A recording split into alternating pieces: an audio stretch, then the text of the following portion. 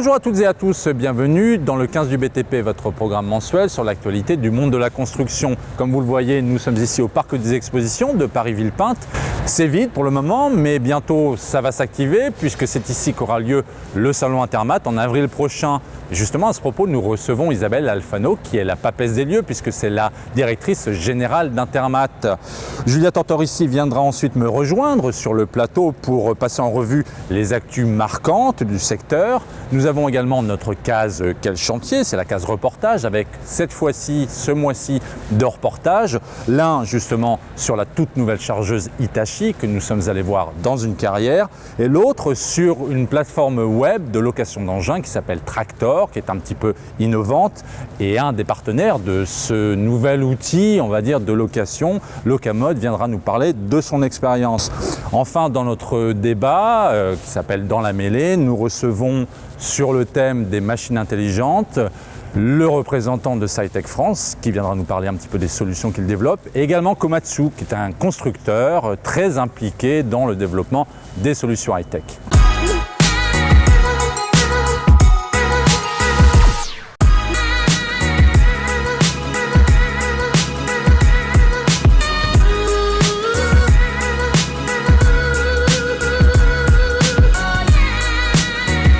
Bonjour Isabelle Alfano, vous êtes directrice du salon Intermat qui aura lieu donc ici au Parc des Expositions de Paris-Villepinte en avril. Alors, quand on voit des constructeurs, nous dans notre métier de journaliste, on leur demande toujours alors vous serez Intermat, vous ne serez pas Intermat. C'est comme un petit peu une fête d'anniversaire, qui y va pas. On se pose la question effectivement quand on est avec ces constructeurs, à quoi ça sert un salon et à quoi ça sert Intermat? Alors un salon c'est un lieu de rencontre en fait, et pour Intermat effectivement c'est un lieu de rencontre de la profession tous les 3 ans. Une étude commanditée par le ministère en 2015, le ministère de l'économie, a montré que les utilisateurs de salons, ils plaçaient le salon en fait devant, comme outil devant tous les autres outils, que ce soit Internet, les médias classiques et même les visites terrain des commerciaux. D'ailleurs, un salon comme Intermat a un nombre d'exposants fidèles, voire ultra fidèles, parce que certains de nos exposants font le salon depuis des années, très important, ce qui montre bien l'intérêt que les exposants trouvent dans la participation à des salons comme Intermat. Intermat, c'est près de 190 000 visiteurs.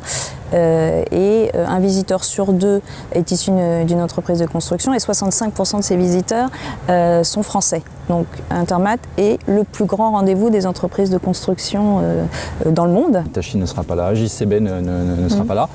Comment vous expliquez, on a parlé de désaffection, pourquoi ils ne veulent plus venir? La non-présence de Caterpillar par exemple, qui draine énormément de monde, on le sait sur le salon, comment ça s'explique? Pourquoi les gens ne viennent plus ou ne veulent plus venir pour certaines marques, Oui. Alors, ce sont des choix d'entreprise que je ne vais pas discuter ici. On a été assez loin dans les discussions avec ces leaders. Alors, effectivement, l'absence de leaders sur un salon est une contrainte dont l'organisateur doit tenir compte. Maintenant, je dirais que c'est aussi une opportunité pour les 1500 exposants qui participent, et notamment les autres belles marques comme Liebherr, comme Volvo, comme Case, pour ne citer qu'elles, Mecalac ou Olot pour citer des marques françaises. Donc ces leaders qui, elles, sont fidèles, voire ultra fidèles, qui participent au salon et qui voient bien l'opportunité en fait de venir sur un salon comme Intermat. La Boma, il y a plus de visiteurs et c'est moins cher.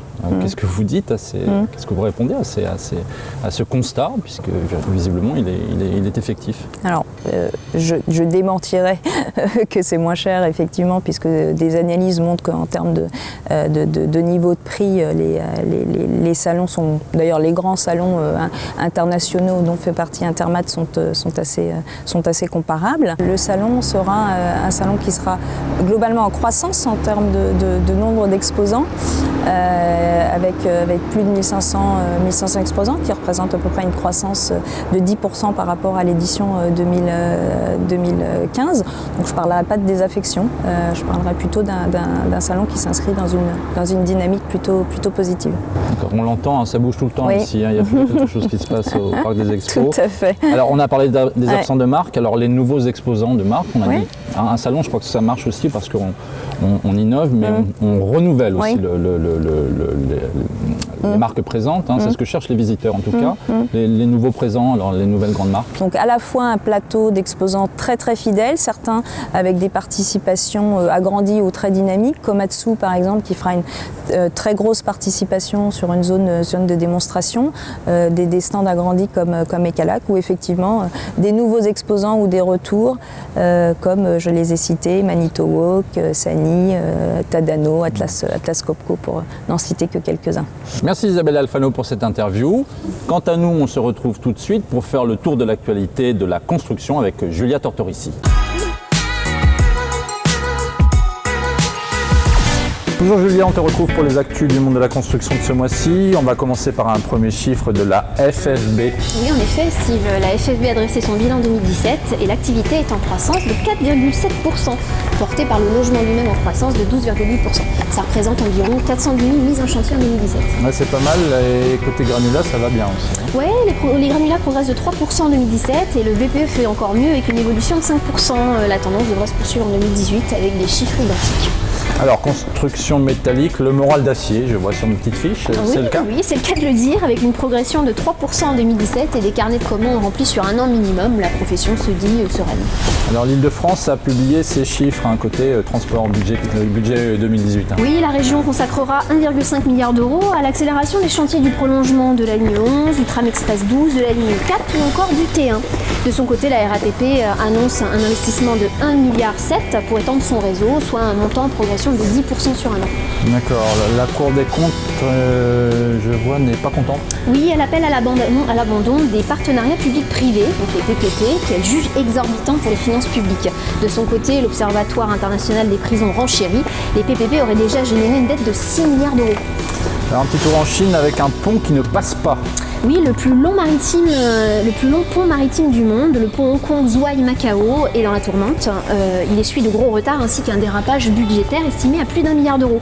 Et cela sans compter les aménagements supplémentaires qui devraient coûter 12,8 milliards d'euros de plus que prévu. Ouais, c'est pas mal. Et à Avignon, par contre, il y a des nouveaux travaux? Oui, le groupement mené par TSO a débuté les travaux de plateforme et de voie ferrée du futur tramway et le chantier durera 14 mois avant la mise en service en juin 2019. Alors, on part un petit peu plus loin à La Réunion. Que se passe-t-il là-bas? Oui, alors le groupement Filao, auquel appartient Aegis, a décroché le marché de conception, réalisation, exploitation, maintenance du premier téléphérique urbain de l'île de La Réunion. Il sera situé à Saint-Denis. D'accord, il y a quelque chose sur les travailleurs, la protection des travailleurs également. Oui, alors on l'attendait cet accord. L'Internationale des travailleurs du bâtiment et du bois a signé un accord avec QDVC, une société qatari qui appartient en partie à Vinci Construction Grand Projet, pour la protection des travailleurs au Qatar. L'accord a été signé au siège de l'Organisation internationale du travail à Genève. Ok, pas très loin, le métro de Doha. Une bonne nouvelle pour les Français, la RATP, DEV et Keolis sont en passe de remporter la concession sur une vingtaine d'années du métro de Doha. Le contrat d'exploitation est estimé à plus de 3 milliards d'euros. D'accord, très bien, c'est fini pour les actus. Maintenant, on retrouve notre case « Quel chantier ?» On retrouve maintenant en plateau Bertrand Filaire, qui est président de Locamode, et également Idir Haït Siamer, qui est cofondateur de la plateforme Tracteur.fr. On est allé dans leurs locaux respectifs pour faire un reportage, voir comment ça marche, votre partenariat, une affaire d'homme apparemment. On voit ça tout de suite. Boulevard McDonald à Paris. Cet immeuble au pied du tramway est une pépinière d'entreprise. C'est ici que s'est installée en septembre dernier la start-up Tracteur.fr. Lancée en mars 2016, cette société a développé une plateforme web de location d'engins de chantier. Son credo, la simplicité.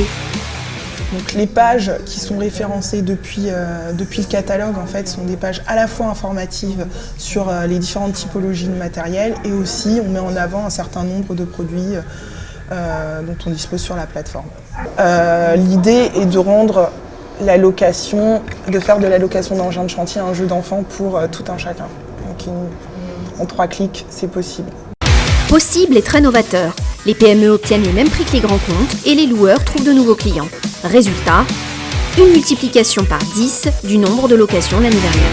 L'idée en fait c'est en passant par Tractor du coup de pouvoir toucher des fournisseurs qui sont plutôt des petits indépendants qui vont avoir un niveau de service qui sera tout aussi bon que les différents autres acteurs du secteur et des prix qui seront justement prénégociés grâce à nous et du coup de pouvoir en bénéficier tout de suite. Et surtout s'assurer de la disponibilité. Nous vu qu'on s'appuie sur tout un réseau, on est capable normalement d'en trouver. L'idée en fait c'est vraiment pas seulement de faire du web, on a une relation avec nos partenaires qui est très forte et qui en fait justement nous permet de travailler avec l'ensemble d'entre eux pour trouver lequel a la bonne disponibilité au bon endroit. Tractor travaille avec une 50aine de partenaires, dont le loueur indépendant Locamode. Dans son agence de Saint-Michel-sur-Orge, dans l'Essonne, le parc matériel, c'est près de 300 machines. Pour Locamode, le partenariat avec Tractor est une petite révolution. C'est un pari, effectivement, mais c'est aussi un changement. Je pense que c'est un changement de mentalité dans la location. L'idée, c'est de diversifier notre chiffre d'affaires en gardant notre maîtrise de proximité et de conquête de nouveaux marchés avec cette proximité, mais également avec cette diversification du digital et la location via le web. Tractor participera à notre développement, tout à fait. Ça va devenir un partenaire incontournable. Tractor Locamode, c'est déjà une vingtaine de transactions conclues sur les 2 derniers mois. Tout juste un début pour le loueur qui a programmé pour 2018 370 achats sur ses 16 agences. De quoi largement alimenter les pages web de son partenaire internet.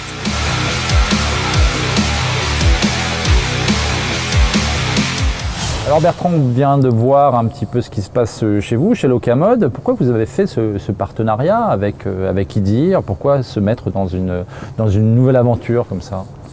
D'abord, c'est une rencontre d'hommes avec Idir. Et deuxièmement, c'est un projet innovant.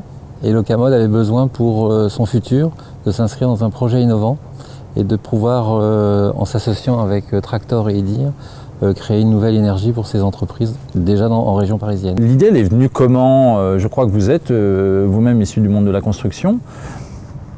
C'est venu comment et qu'est-ce que vous apportez par rapport aux autres?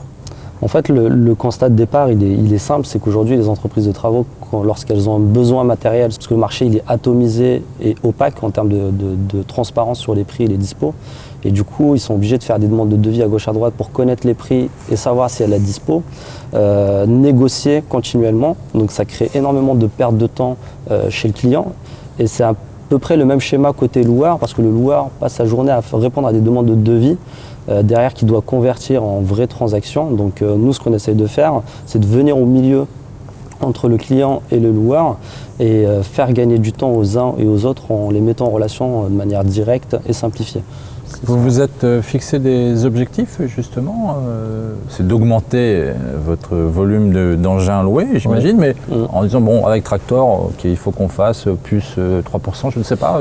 Alors je ne me suis pas fixé d'objectif, pourquoi? Parce qu'on travaille avec une start-up qui démarre, donc il faut aller au rythme auquel elle va, auquel le marché va aller, parce que c'est pas que Tractor et Filaire chez Locamode, hein, et donc Idir, c'est faut aller au rythme du marché. Moi, de toutes les façon, chaque machine louée chez Tractor, elle serait restée dans ma cour. Donc c'est tout bénef. Donc la promesse, c'est qu'on va simplifier le parcours utilisateur, mais aussi on va apporter de plus en plus de business. Et c'est ça la promesse. Elle n'est pas forcément chiffrée, mais est en constante augmentation. La méthode classique des loueurs, qui est trop celle de l'appel entrant, j'attends que le client vienne, il faut aller plus vite. Il faut aller dans cette logique, excuse-moi à dire si j'emploie un terme un peu vulgaire, d'ubérisation, pour qu'on aille beaucoup plus vite dans la prise de commande, qu'on aille vers cette digitalisation, le zéro papier. Et pour Locamode, avec nos petits moyens, la bonne solution, c'était d'écrire une histoire avec quelqu'un qui lui-même est en train de l'écrire. Comme ça, il m'apporte tout ce qu'il est en train de créer, de concevoir, et je lui apporte ma connaissance du métier et de mes gens de terrain qui ont cette connaissance. Et donc, ça nous permet d'aller plus vite dans le développement de Locamode.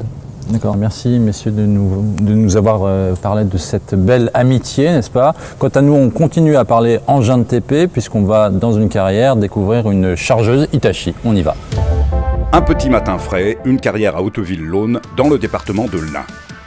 Un manteau neigeux, des conversations, le calme, mais aussi la puissance. La première chargeuse sur pneus Hitachi ZW370 série 6 vient d'être livrée par Teramat début décembre dans cette exploitation. Une première en France pour un engin de 35 tonnes et de 492 chevaux, conçu spécialement pour le segment carrière. Un concept remanié par Hitachi.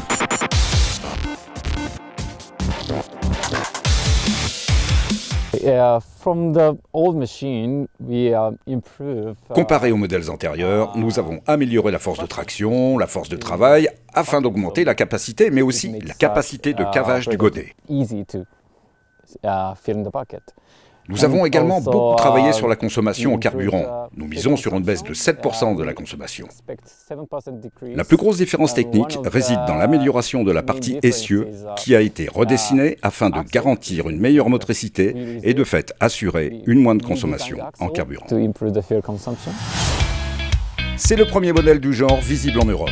Un coup de force de Teramat, concessionnaire Hitachi en Bourgogne-Franche-Comté et Auvergne-Rhône-Alpes. Lancée lors de la Bauma 2016, la toute nouvelle chargeuse du constructeur japonais est équipée en stage 4. Le point fort, l'informatique embarquée afin d'obtenir un meilleur contrôle de l'engin et de meilleures performances. Le but essentiel de ces nouvelles machines, c'est d'avoir des modes automatiques et que l'opérateur soit dans son confort de conduite et qu'il ait surtout à gérer son travail qui va être de prendre des blocs, de charger des camions, de ne pas taper les camions, de travailler en sécurité et de ne pas s'occuper de savoir s'il doit appuyer sur tel ou tel bouton. Aujourd'hui, oui, je pense que si on prend en considération le prix de la machine, aujourd'hui, par rapport à nos concurrents, parce que ça a une importance aussi, la consommation, la gestion de la puissance et ce qu'on lui demande au niveau puissance pour la manutention des blocs, le chargement, je pense qu'elle répond parfaitement à la demande du marché. C'est le groupe Carrière du Salève qui s'est porté acquéreur de la ZW370 série 6 à Hauteville. 125 000 tonnes de granulats et 1500 mètres cubes de marbre scié sont exploités chaque année. Déjà clients Teramat, les Carrières du Salève ont fait confiance à cette nouvelle machine livrée par le concessionnaire Hitachi. On cherchait une chargeuse qui puisse charger les clients en grave et avoir une force pour les blocs de marbre. Les blocs de marbre peuvent monter jusqu'à 18-20 tonnes. Donc on cherchait une chargeuse qui soit quand même stable, pour garantir quand même les conducteurs vu l'inclinaison de la carrière. Pour une grosse machine comme ça, elle est rapide. Parce qu'on avait l'habitude au 88, au W500, les anciennes générations, c'était mou. C'était la grosse machine. Tandis que ça, c'est la grosse machine rapide. Quand on est dedans, on n'a pas l'impression d'être dans une grosse machine. Tellement qu'elle est très maniable. On a l'impression d'avoir une 30 tonnes, une 25 tonnes comme la 310 au lieu d'une 35-38 comme elle fait. Lourde et pourtant légère. C'est tout le challenge de cette nouvelle chargeuse. Teramat compte bien équiper d'autres carrières dans la région. Pour Hitachi, les ventes sont déjà très prometteuses. Le constructeur nippon s'apprête à lancer son nouveau modèle aux États-Unis, puis au Japon, le pays du soleil levant. Et maintenant, place au débat avec une discussion sur les machines intelligentes. Bonjour messieurs, bienvenue. Bonjour. Monsieur Mulhoff, vous êtes donc chef de produit chez Komatsu. Oui. Monsieur Arance, vous êtes le directeur général de Cytec France. Les nouvelles technologies gagnent la construction, elles se digitalisent, de même que les machines. Est-ce que ça va se généraliser ? Alors c'est déjà un mouvement de fond qui est lancé depuis déjà quelques années. Une grande majorité des bulldozers et des niveleuses maintenant sont équipés dès la première année avec des systèmes de guidage. Et c'est un mouvement qui se continue et qui va se généraliser sur un certain nombre de machines où il y a un bénéfice à ajouter du guidage, notamment les pelles d'hydraulique pour le moment et encore d'autres machines à venir dans les années qui viennent. Pour Komatsu, si vous voulez, ça fait plus d'une dizaine d'années qu'on avait déjà intégré un système de suivi par satellite. Donc la technologie évoluant, de plus en plus de systèmes ont fini par être embarqués sur les machines, y compris un peu plus tardivement au niveau des bulldozers, puis maintenant des pelles, d'une technologie qui permet effectivement de faire du guidage aussi. Pour être très clair, quels sont les bienfaits de ces nouvelles technologies ? Alors c'est simple, il y a trois grands bienfaits. Le premier, c'est la précision. Avec la technologie, on peut faire du travail beaucoup plus précis et beaucoup plus juste par rapport au projet. Il y a la sécurité. On peut réaliser des travaux en retirant les personnes de la zone d'action de la machine, donc éviter effectivement d'écraser les personnes. Et puis la productivité qui en découle. C'est-à-dire, en gros, on peut arriver à faire des gains de 30-40% de productivité sur les opérations de terrassement grâce à l'utilisation de ces technologies-là. Monsieur Mulhoff, vous êtes d'accord? Oui, tout à fait. Comme je vous disais, en complément de ce que nous avions déjà en information, c'est-à-dire d'un point de vue constructeur machine, le suivi des machines pour la maintenance, pour le suivi des entretiens, etc. Nous avons donc aussi tout le suivi maintenant des projets qui permettent de dialoguer entre les équipes et la personne qui est sur place en train de réaliser le travail. Justement, M. Mulhoff, est-ce que le high-tech, les nouvelles technologies, la machine intelligente, ça permet de contrer la concurrence? C'est effectivement un élément qui nous permet de nous positionner par rapport... de toute façon, la volonté même de Komatsu depuis des années, c'est pas de faire des machines bas de gamme, c'est de faire des machines avec toujours en intégrant le plus de technologies possibles dedans. Comme je vous parlais, on a commencé par les systèmes satellites, puis aujourd'hui GPRS, puis l'intégration, et puis c'est les motorisations. Enfin, il y a tout un ensemble de choses qui font qu'il faut toujours pousser en avant pour rejoindre ce que vous disiez, la sécurité, la rentabilité d'un chantier, la productivité, etc. Donc, on ne peut qu'aller de l'avant en termes de technologie sur des machines qui deviennent effectivement aujourd'hui loin de ce qu'étaient les anciens produits, y compris un bulldozer d'aujourd'hui n'a plus rien à voir avec ce qu'était une machine il y a encore 20 ans. Alors vous êtes tous les deux très convaincants, hein. Les bienfaits de technologie sont avérés effectivement, mais on ne parle pas assez des limites et surtout on ne parle pas assez de l'humain. Est-ce qu'on n'a pas un risque de voir des emplois supprimés à cause justement de cette nouvelle technologie? Alors, on n'est pas encore à la phase où on va remplacer les humains sur les chantiers par les robots.